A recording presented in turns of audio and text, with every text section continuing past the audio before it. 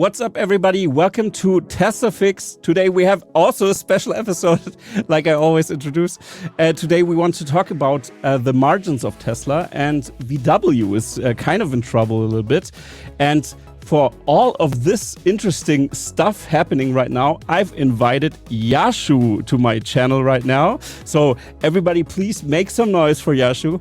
Yashu, for everybody who don't know you, maybe you can introduce yourself a little bit, what you do, and then we can just jump right into the episode. Sounds good. Yeah, thanks, John, for having me on. I appreciate it. You're doing awesome stuff for the channel, having great guests, great video production, all the stuff that I wish I knew when I started my channel. It's funny. I don't even know. Like, I love to talk about Tesla. I love to talk about options, talk about the stock market, where Tesla might be headed, Tesla's growth story. And apparently I started talking about it, 2 and some odd years ago now on YouTube. And apparently people like to watch it. So I'm just blessed and grateful that people even tune in. And I appreciate you having me on. Yeah, I really enjoy your content. It's pretty interesting. Also like this financial angle that's also in there, and also like your freestyle Twitter videos that that you post sometimes. I really enjoy them as well because it's fast, it's easy, it's just out there, and it's fun to watch. So so Yashu, I wanted to. I mean, with Tesla, everything is going so fast, and the news cycles for at least the Tesla community is pretty fast. I mean, the news cycle for legacy news is more like, Tesla did something wrong, Tesla is bad, more or less. So it's interesting to see. And so what topic was for you in the past couple of weeks? What was the topic that stood out for you that you said, oh, this is the one thing that is pretty interesting? Well, there's been so much in the last few weeks. I would say probably maybe the biggest one, I think it'd be hard not to mention, is just Tesla's beat on deliveries. Like the huge beat that they had this quarter 2, 2023. Yeah. And just coming out of left field with this massive slap on all expectations. Because it kind of opens up a little bit of a few different ways, like choose your own adventure from here. It's like if Tesla earnings comes out and they beat as handsomely as they did, and margins bottom, or let's say margins even flatline, then it's a question of, okay, well, how did Tesla just beat so hard? What changed fundamentally? And a lot of bears have this thesis where, for Tesla to get to, let's say, 700,000 cars a quarter, they're going to have to cut prices here another $10,000. Like is kind of what they're thinking in their heads, and it's not possible. So if margins flatline, if not go up with cost reductions, we have this amazing path towards, wow, like Wall Street just being absolutely gobsmacked with what's happened. So I'm really excited to look at what's happening with earnings, with that delivery news, but of course, so much other news with the supercharging network, GM, Ford, Rivian, everyone except pretty much Volkswagen. They still bite into their fist like, yeah, exactly. We can't do this. and I know we want to talk about that a little bit. So it's interesting. There's so much happening in the last little bit, and not to mention the stock price. I mean, the stock price, like like the stock is up like 160% year to date or something like that. So there's a lot going on. Yeah. It's crazy, but you've mentioned the margins, and that's something I think is so important, because the overall auto industry says, okay, EV demand is sinking. Tesla Q is way into this camp that they say, oh, the Model Y being the best-selling vehicle globally is a bad thing. that was something I've read recently, and I laughed so hard. It's crazy how twisted everything is. So they try to paint everything in a bad picture. And now with the Model 3 Highland conspiracy, nobody knows is it real or not. But I've talked with Brian from My Tesla Weekend, and he can confirm that there are parts already called Tesla Highland and stuff. So this facelift will happen, and it is a thing. But in my opinion, it's a little bit controversial in the Tesla community right now. But if this happens, if they implement this new strategy or this new production methods, they're gonna, the margins will get better even, and then they have more play room to actually push the prices down again into a field where it's even healthier for people to get access to the Tesla cars, because still many, especially in a recession with those high when you take a loan, it's a interest little rates, bit the interest rate has gone up, and that's why it's pretty rough. Yeah. So maybe we can check out VW at first, because at VW it really looks pretty bad at first. For example, the ID.3 sales in Europe aren't as well as they thought. They just recently cut prices in China by, I don't know, like a huge, like 2/3 or something, like ridiculous, or more than half at least. And it's crazy to see this. So they make a loss in China actually. So it doesn't look good actually in that environment. But we can. I can put it on the screen here. I'm going to read it out loud for the people who are just listening. VW CEO Thomas Schäfer expressed in a speech to managers his frustration with the declining demand for electric cars, stating that the company's vehicle business was sick and that the roof is on fire. So nothing good to hear here. Schäfer called his speech the final wake-up call and implemented an immediate spending freeze except for essential investments. 5 years ago, this is from Alex Voigt. He mentions that he wrote an article about this. I'm going to skip this. Then 5 years, the German car industry lost to make the right decision. And now, after realizing their ignorance, greed, and arrogance, some will regret to have lost 5 valuable years that will not come back. So I'm going to start with this tweet, and then we're going to go to the next one. But what's your opinion on this? Yeah. I mean, it sucks. One side, it sucks because Volkswagen is such a big company. They have huge potential to transition to sustainable tech. Totally. And I mean, they even want to.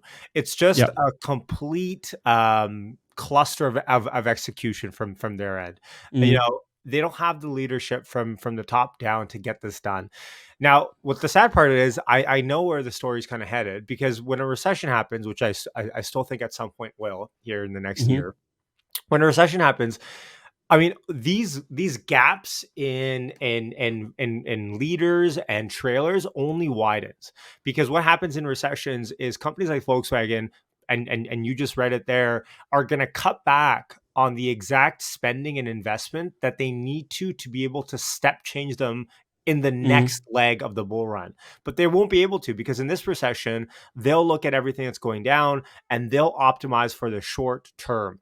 And that's the worst thing that these companies can do, because now when they look back, I guess, when you look forward 10 years, they'll be like, man, in 2023, I really wish we doubled down and took some losses to get this thing done, because now it's 2035, consumers want EVs and we're still not able to make them at a good enough a price point, or at a well enough in terms of engineering build to even attract these people. So it's sad, because you look at Volkswagen. I think the best way to throw this into one analogy is Volkswagen still hasn't adopted Tesla's supercharging or North American charging standard here. And everyone and their mom has at this point. What are they waiting for? Well, they either are so delusional that they think they can compete with Tesla long run in head to head, and they think by adopting it, we're just admitting defeat there, or that they have their heels so sunk in so far that they're unwilling to pivot here. Either one of those solutions, or either one of those justifications, I should say, are not great. And so it's sad to see where a lot of legacy is headed. And you know, we talk about Volkswagen, but Ford and GM are just as culpable, although they are more about clinging on to their gas sales more than Volkswagen is, let's say. Yeah, that's true. But what interesting, because you said they cling on the gas sales more. There was a statement of this VW CEO in China that said, they're gonna focus on internal combustion engines again a little bit more. So that's something like it's unclear. I think they have huge internal discussions about this, and they are panicking. I think they're totally in panic mode, I think. Yeah. And what you mentioned was pretty interesting. I think also because my recent interviews I did also with Brian from My Tesla Weekend, again, that comes to my head here. He really said something that was pretty interesting. He said that the charging standard, or the CCS standard that VW has implemented with Electrify America. This was a compliance thing they had to do because of Dieselgate, actually, because of their Dieselgate scandal. And I mean, this is a theory. I didn't check it, so take this with a grain of salt, everybody, please. But maybe you could research it yourself again. Because, this totally makes sense that they have to comply, and then they put some stuff in there they don't really care. And even automakers said, wait, you have to change these parts and then it should work better, and they didn't react to this, and so they didn't advance their system. And then afterwards, when they decided to shift to EVs, actually they were like, okay, we have a charging network there, it's pretty good, maybe we can use it now, actually really use it. And that's how it seems. The usability seems like this. That's so half-baked in some areas that you can't even charge your stuff. Half of them are broken, and it's pretty frustrating. And now they shoveled their own grave with that strategy. And now, I think they will get to the North American charging standard soon. But even especially after Mercedes now joined, and wanted to add this. Well, I think it's pretty. It's like if I were to throw this into metaphor, it would be like, owning an electric vehicle company is like owning a restaurant. Your car is the plate of food that you get, but the charging are like the utensils. Without the utensils, I mean, in the infrastructure, what Volkswagen essentially is doing is giving people at a high class or a decent restaurant paper or plastic utensils or whatever it is now with all the eco stuff, all the bamboo and paper straws. They're giving you a paper straw with your $25 cocktail, and so the reason why they do that is because no one even goes to their restaurant. That's the problem. The problem is that they don't sell. They don't have the incentive to continue to sell these cars at a loss. And yes, they do sell quite a bit more than their competitors, but they don't see this being a long-term solution for them yet. So they haven't invested in the charging infrastructure. And Electrify America is probably the biggest running joke that there is when it comes to charging. Here so here there's Electrify Canada. It's the sister company. And there's one charger within like an hour and a half drive of Vancouver. One station. Wow. It like doesn't make any sense. So it's stupid, quite frankly. And by not adopting Tesla, again, I think they're just trying to. I think they're so delusional where they think that they can actually compete with Tesla long run. Yeah, I think it's also a little cultural thing because VW is a very proud company, and it's very military structured in that sense that you don't step out of line. It's very hierarchical. The board has the say in everything, which is in Germany it's pretty normal to have many people deciding on stuff, and we don't have those dictatorships in the companies. Like sometimes in the US you have the CEO who says the last word, and then I mean, they are very egalitarian as well, so they decide together. But when they have to move fast, the CEO takes everything and just says, we're going to do this, and that way. And his head will roll when he fails. But that's how the US do it more. And in Germany, it's not like this. We have the Porsche P family, for example, who's in the board, who has a big say.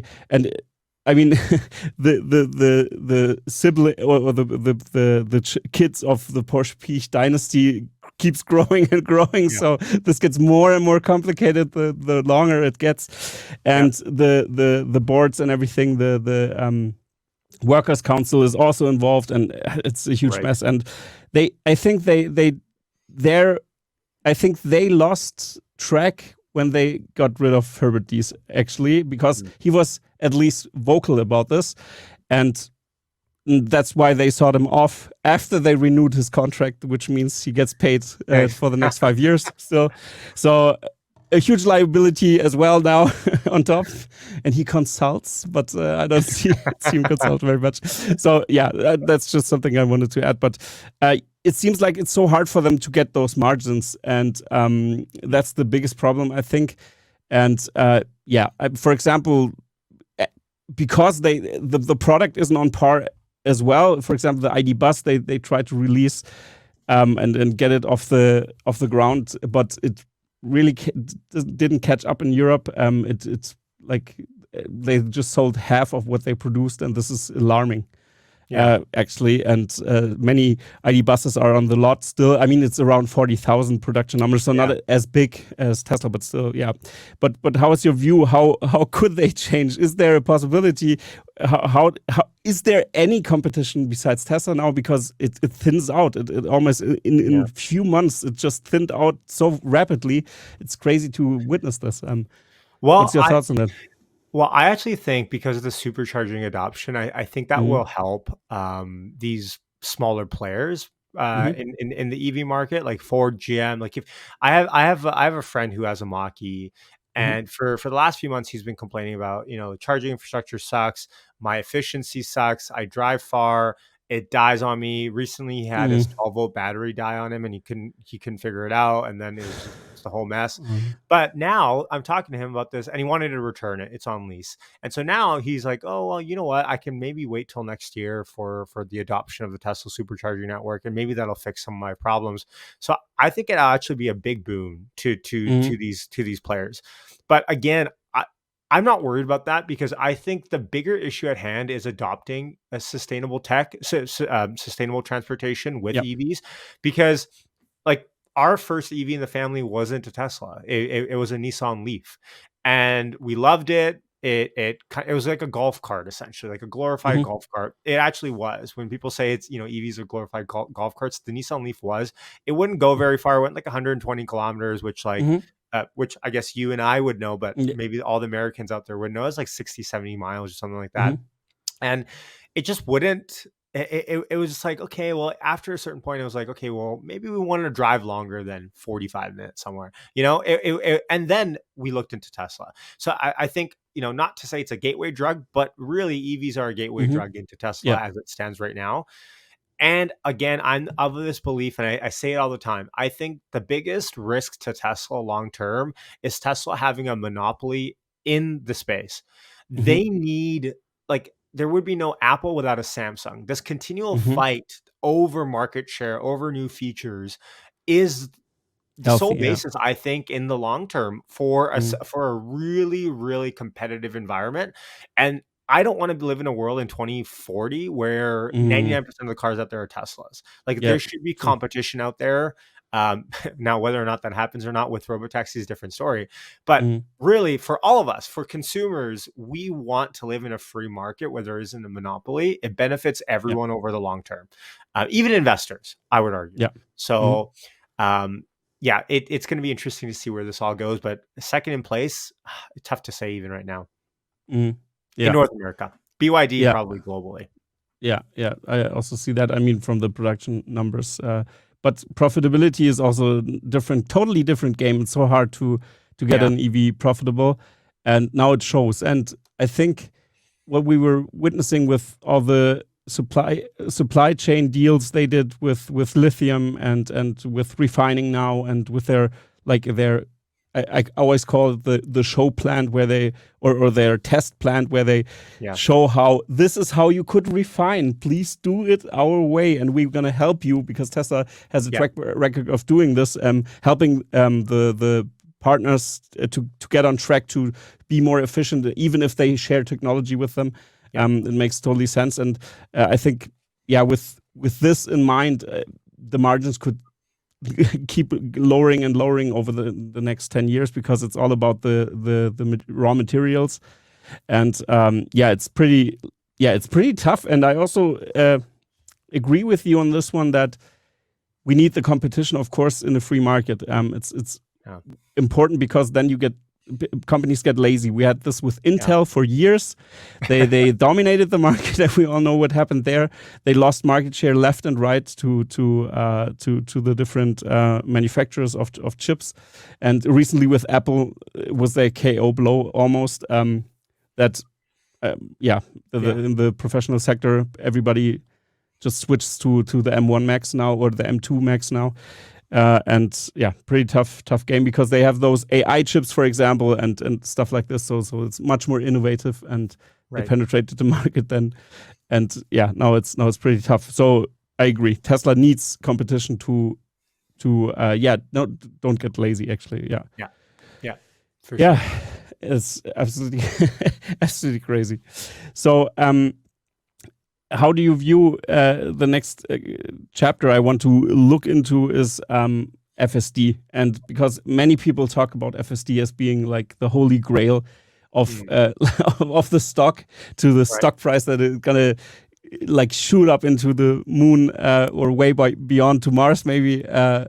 And how is your view on this? Do you see it possible at the end of the year, like Elon claimed, or how is your view on this? Are you more conservative in that sense? Yeah, I would say more conservative on timeline. Mhm. I would say absolutely. Like FSD is one of those things where, you know, you talk about step changes and then there's Mhm. exponential, like there's or as Elon calls them, order of magnitude changes, right? If FSD is that, but on steroids, because now all of a sudden you live in a world where last mile deliveries aren't a thing. Like you don't have to hire Mhm. delivery workers for that. That's You don't have to hire truck workers. You don't have to hire UPS drivers. Like it radically changes the game.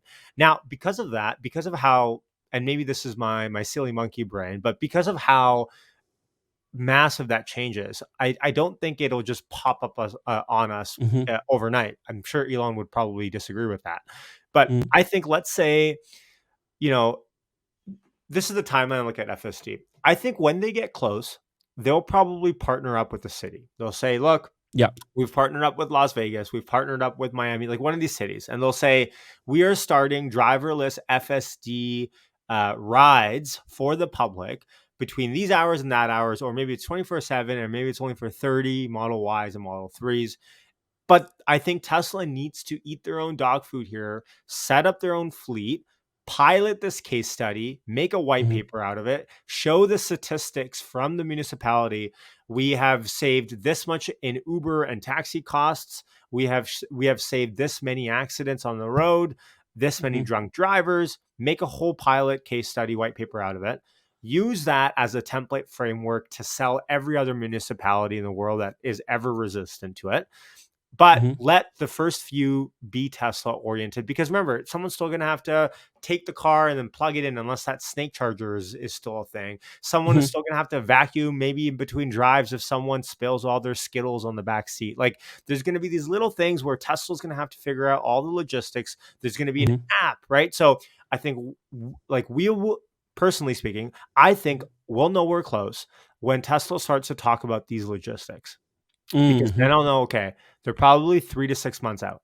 And 3 to 6 Mhm. months out is, I mean, of course, in tech, 6 months is a long time, but 3 to 6 months out to get all the logistics in order to start this operation Mhm. is not a long time. But when Mhm. they start talking about what city, what paths, this is where we're piloting, or this is where it's really working well, that's when I'll be like, okay, now my kind of my just my bat signal is up. They're Mhm. close. I don't think we'll wake up tomorrow and it'll be an update Suddenly and all of a it sudden pops up. it's level 5. Yeah. I think people believe that to be the case. I mean, I hope I'm wrong, but I just don't see how that happens and it just not be a complete mess out there. I think Tesla Mhm. needs to kind of lead the way on this. Yeah. But on top of that, it is super cool that a car can sit in your garage and connect to Wi-Fi and get better over time. Like, Mhm. I mean, people forget, like, it's the same car that you bought X amount of years ago, but now it's getting better. Also, another thing, I'm just thinking about this out loud. When Tesla starts to raise FSD subscription prices per month as Mhm. well, Elon mentioned that that would be another signal for them when they're Yeah. close. They would start raising the price of not the package, but the actual subscription amount. So Mhm. these are all signals that I will look at to see they're close. Until I hear them, I'm not going to just assume that they're ready anytime soon. I'm going to say, and I've said this to my friends and whatnot, I think between 2025 to 2027 at some point, Mhm. we'll start to see this full. And who cares? Look, like even Yeah. someone in the comments is going to be like, "Yash, you're so bearish on timeline." Forget about timeline. If it's 2025, if it's 2028, it doesn't matter. It's such a radical change in our economy Mhm. today that it's going to be massive either way. 3 years of discounting it is Yeah. is not going to change the The outcome. magnitude of Mhm. change here. So Yeah. Yeah, absolutely. Good that you mentioned it. For everybody listening now, please write in the comments what you think of your timelines, of Yashu's timeline, and maybe you can tell us when you think really this FSD stuff is going to go onto the road at level 5, and hope so. It's going to be sooner than later. But Yashu's right, in my opinion, on this one, that yeah, it's like such a fundamental change. Even just the delivery in itself is such a game changer that you just can order your car and it drives after it rolled out the factory, it just starts to drive to your porch, and it's there earlier than you think. This alone is crazy. All while VW still has to run around with USB sticks to make an update. And you get it takes more than one day, which is Yeah. ridiculous. But yeah.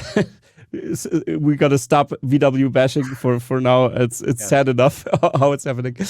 Yeah, but what I wanted to add here is that an indication, because you said when they start with the infrastructure and do stuff like this, Tesla Germany recently acquired like a small startup for wireless charging, which in Freiburg, small city in South Germany, they bought them, and we're gonna see what will happen with this. But in their promotion material, we already saw a strange black pad below a Tesla somewhere in a garage. So a small implication that wireless charging might come someday.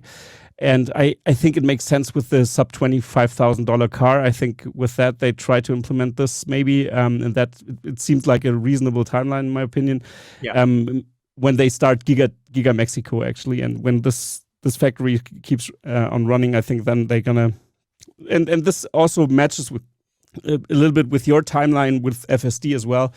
I also think it's more in that regard. So yeah, pretty interesting stuff. Thanks for sharing your opinion on FSD. I think it's a very important topic. And now shifting to the next phase, I think it's interesting to see or discuss Tesla's steps towards like the Tesla of the future, where everything is combined. Maybe we can talk about Tesla Energy, because I think the energy sector is also very important. How do you see the developments of Tesla Energy, and what do you think how this will play out in the future? Well, Elon is on record to say that he thinks Tesla Energy is just as big, if not bigger, than auto.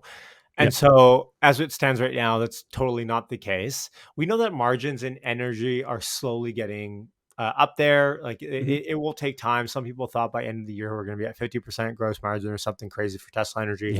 Not going to happen. But the energy TAM is so big, right? Everyone and their mom needs energy for their home, their office, whatever, for their manufacturing plant. And energy is one of those things where people forget, but it is a commodity. At the end of the day, I don't care if my power wall says Tesla on it or if it says GM and Ford, right? If it costs me less over the long haul to run X company over Y company, I don't have an affiliation with that in the same way that cars will. Cars, you can argue that if you're a Tesla fanboy, you're going to want to buy a Tesla. Same with, we have this grandpa, this family friend who only buys GM cars. That's all he does. And so with energy, you have this total free market where the best product, the best price wins. That's it. And if Tesla is already able to build these power walls and they're actually backlogged until 2025 at this point, they have so much demand. But if you forget about hardware and you say, okay, Tesla is able to build better hardware than any other manufacturer for energy storage, but now you throw in and you slap on software, which we know is Tesla's forte. It's software. Whether it's VTG, whether it's energy arbitrage, whether it's being able to seamlessly integrate with your home, the app, your car, the entire energy experience at home or in the office. If you Can throw you say that, one thing? What is VTG? What do you mean by that? Short. Vehicle to grid. So okay, V2G. Sorry. So sometimes I get all with this acronym. Yeah, it's okay. When I don't understand something, I'm gonna ask. But please go on. I didn't want to. So the ability, let's say you come in, you drive your car into your garage, you plug your car in into the grid. You're getting solar, but you're getting excess solar. Excess solar is going into your car. Great. Now your car is full overnight. Now you can actually take some energy out of your car and sell it back to the grid if they're having an event, an emergency, or that you can arbitrage energy prices at that point. So, and that doesn't exist just yet like that. Yeah. So hmm I think in the VW hasn't future, implemented, I think, or something like this. They can do it or plan to yeah, do it or something. I'm yeah, not sure, in but some states like California, I think Texas as well now, you mm, can sell your excess solar, I think, back to the state so you can mhm. get like a rebate Interesting. at the end of the year. But look, I just think it's great that we can live in a future, and let's go utopian for a second. Let's go Yeah. out 20 years, right? You you live in a house, a condo, a shed, a boxable, I don't know, and you have solar on top. You're charging your grid, so to speak, with your energy storage and your power wall. The excess is going to your car. Now you're taking that car and you're driving somewhere, and you're essentially driving for free because you just took that energy from the sun and now you're driving with it. It's just this crazy level of disconnection and off the gridness that's going to be possible in hmm the next 10 or 20 years. And energy is, again, because it's such a commodity, that you really only need a couple of extra levels of value at that product for it to be a complete no brainer. And I think hmm that's where Tesla is going to get it eventually. Now it's just a matter of being able to scale up these big factories and being able to get the margins that we hope that they can get. hmm And I wanted to ask you this because I think this also ties into the bigger plans because we have different departments of Tesla. They have Tesla Energy, the Tesla Bot project ties into the vehicle production a little bit, and also like replacing some line workers. And then we have Tesla Energy. And what do you think? What will happen when Tesla is at their maximum capacity of 20 million, or like Yeah. I don't know how the roof is, but let's say 20 million cars a year in Right. 2030, like Elon's bullish prediction, or let's say 10 million.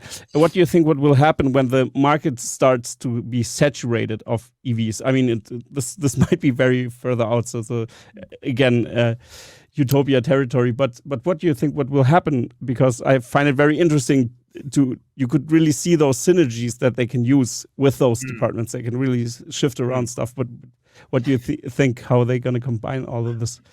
Like you think how the interconnectivity of Teslas at that scale are going No, to no, work within each other? yeah, no, in that, more or less in that sense, if they reach their like the market's saturated, they have a run rate of 20 million cars.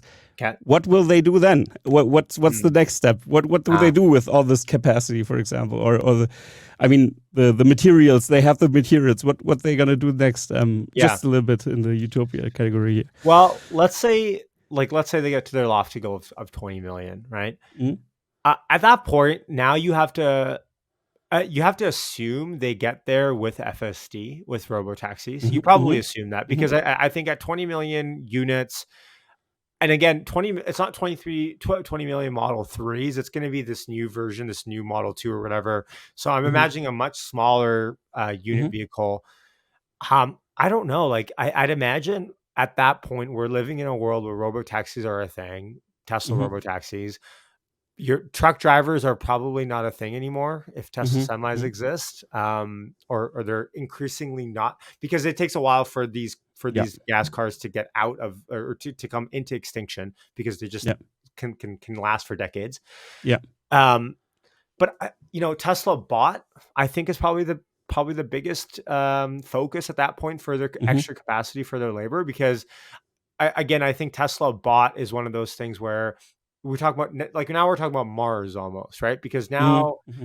like, robotaxi is great, all Earth stuff, and Elon thinks intergalactically, right? So Mm-hmm. I think the bot at that point is where Tesla's focus probably will be at, because now it's like, okay, can we ship these bots over in a SpaceX rocket Yeah. to Mars to build up Mars for us, and we can control it remotely, or we can program it, whatever. So I think the bots have focus at that point, once Mm-hmm. Tesla hits 20 million, because at that point, if Tesla hits 20 million vehicles, FSD is solved. I mean, yeah, we can talk about energy, we can talk about Dojo, we can talk about AI and their chips, but I mean, let's face it, Tesla's a mature company at that Mm-hmm. point. I would argue at that point they would be even more mature than where Apple is currently. Mm-hmm. So at that point, we're talking different corporate structure. We're talking dividends, probably. Mm-hmm. It's just a completely different beast. So I would think bot, and who knows, Elon every couple of years throws Yeah. out completely something else, and you're like, what? I never even thought about that. Okay, Yeah. I guess let's run there now. Yeah. Yeah, that's true. What I think is gonna happen, like I'm more in the medium term thinking right now, that I think when they reach these capacities, they still have their battery production up. They scaled it up, and I think then they can just put it into battery packs, for example, into the Tesla bot, like you've said. They can scale the other products, like you've said.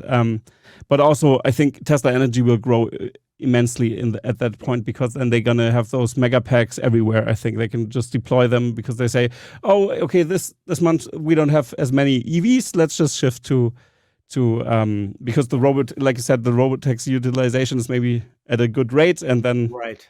they don't need to produce as much. So maybe they shift the focus then a little bit, or do even a cheaper car, a smaller car. I don't know.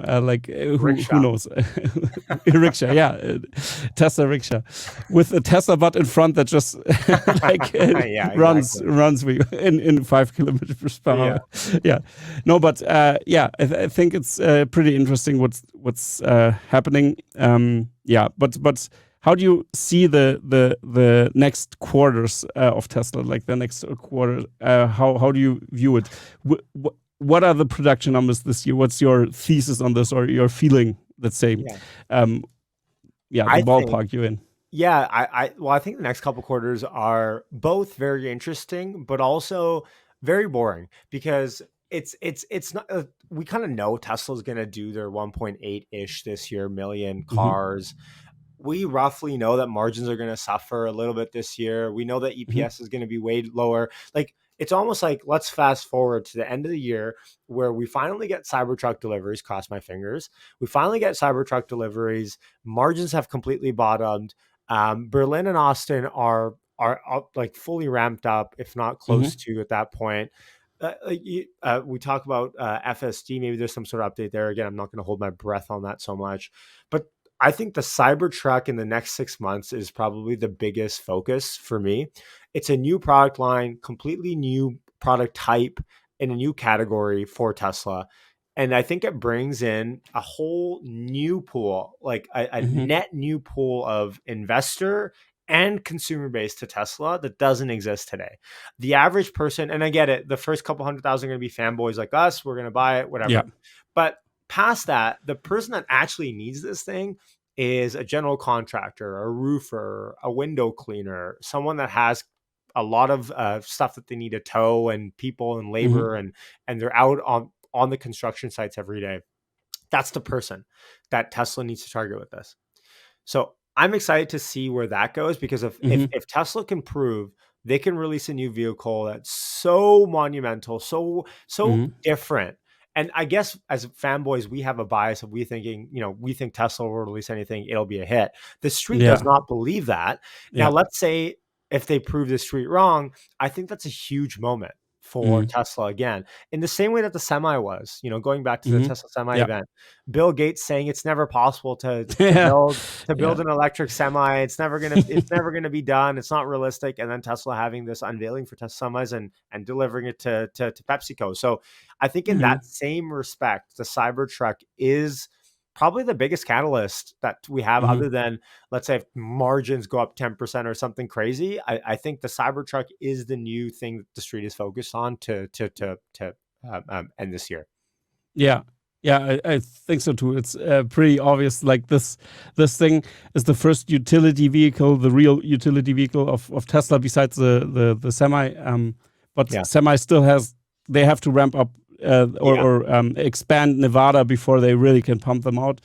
And I think Tesla had like tougher years than it's obvious on the surface. I think it's like, I mean, we had COVID restrictions. We had closed downs of the factories. We had they had to allocate their money differently, maybe, and internally, I think they also had a lot to do in that time. But they it was pretty good. They sailed through it. But yeah, the utility category alone is so important to open up with the Cybertruck, and Yeah. then we have a van coming. Maybe that they Right. also announced that a little bit or hinted at the van, Yeah. and this is pretty important, especially also for the European market here, because we don't use pickup trucks as much. We use more of those vans and utility vehicles. The Sprinter vans, for example, are Right. very Yeah. popular here, also for workers and for contractors as well. And yeah, I think. I mean, also for VW, for example, and Mercedes, it's a huge category of cars, the Yeah. utility vehicles, and it totally Yeah. makes sense. And yeah, I'm looking forward to them producing the Cybertruck. And I've also ordered a Cybertruck, Nice. but Nice. the problem is, like, Europe, we don't really know if it's going to come to Europe. Yeah. I've heard that in UK, some people had their reservations already canceled Oh, wow. a few months ago already, and I was pretty scared then. But mine is still up, so I have my VIN number, and I'm still Nice. waiting. And I'm gonna if this is possible to import here, I'm gonna do it, and I'm gonna rent it out for 1K a day. Yeah. To Seriously. really, Yeah. Yeah. until it recoups until I have the money, and I'm gonna order the van Exactly. next or something Nice. like this. That's a good Something plan. like this. I want to do it, but I have to sell some Tesla stock, which is Yeah. not something I want to do, but maybe I have to get the Cybertruck. Yeah, Yeah. but fun aside, I think it's going to be a total game changer with this, and yeah, let's see how it goes. And how do you think that Tesla will grow their utility segment in that in the US? How do you think they're gonna? What are the numbers of the I don't know the Cybertruck then when they ramped? I mean, they have a lot of pre-orders right now. I think it's like around how A few many? million. Yeah. Yeah, a few million. Yeah, 1.2 or something. It's something crazy. Yeah. Yeah. So I think the Ford F Series does about Mm-hmm. 200 or does about I think 500,000 ish per Yeah. year, maybe Mm-hmm. probably even more than that actually. So I think the TAM is quite big. Like Tesla's not going to get to that level within the Mm-hmm. first year, Mm-hmm. but you're right about Mexico, because Mexico could be this wild card of, well, maybe the van comes out of Mexico, or Maybe. Yeah. the Sprinter van comes out of Mexico. I know Mm-hmm. there were some rumblings of that.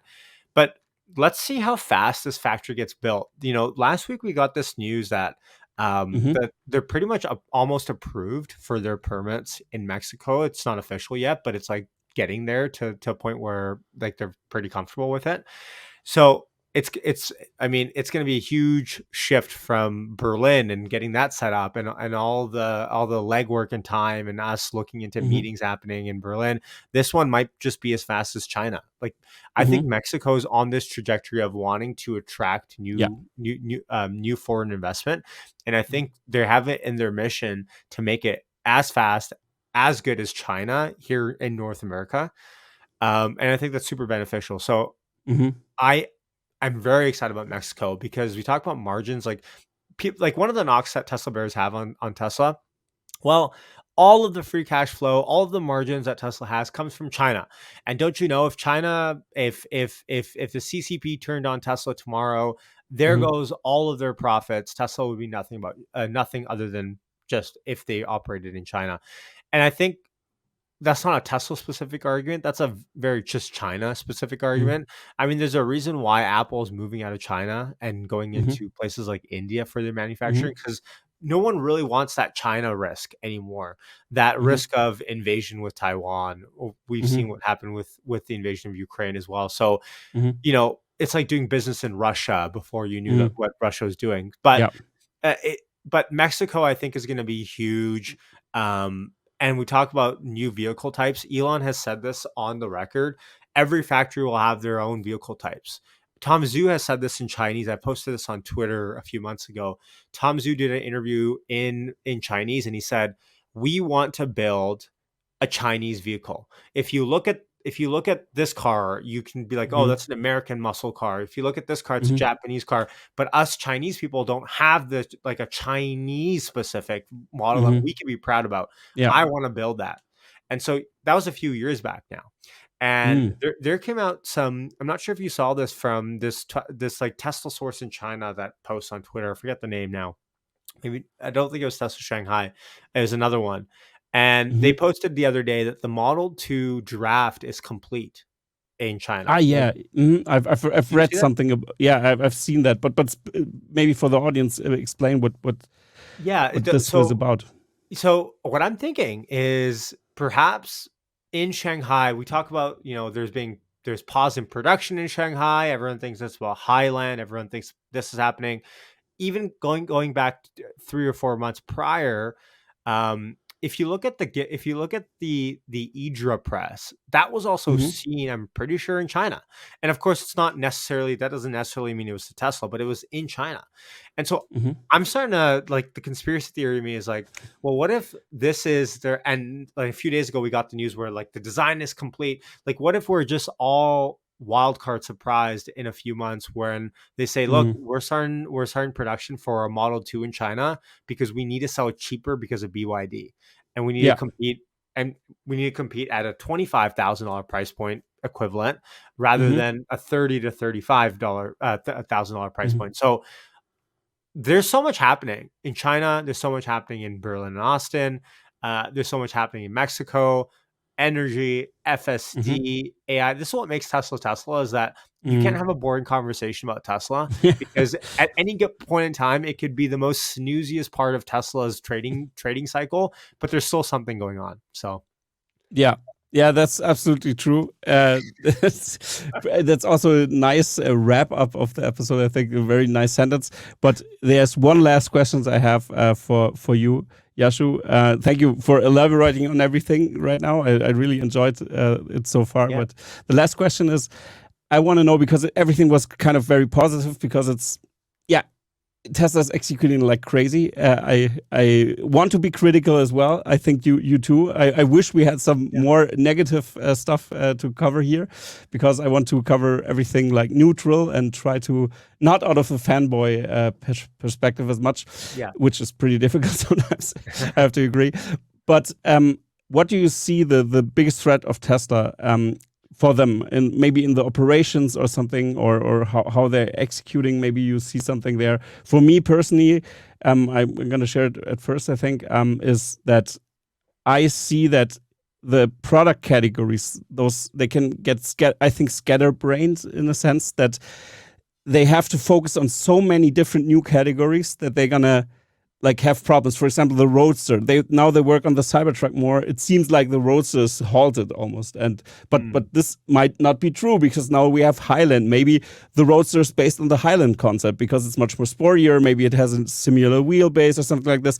Like they mm, can have those synergies. That's just speculation right now. But yeah, I think this, for me, that's a huge risk, that they can't please everyone at the same time. And for example, also the semis should be in way bigger quantities right now, yeah, and those are business customers, and that's problematic. I think maybe some people will cancel their orders. mm, Eventually, they're gonna get back and order, but yeah, I think yeah. sometimes this strategy of Tesla, because they move so fast, they get distracted sometimes, I think.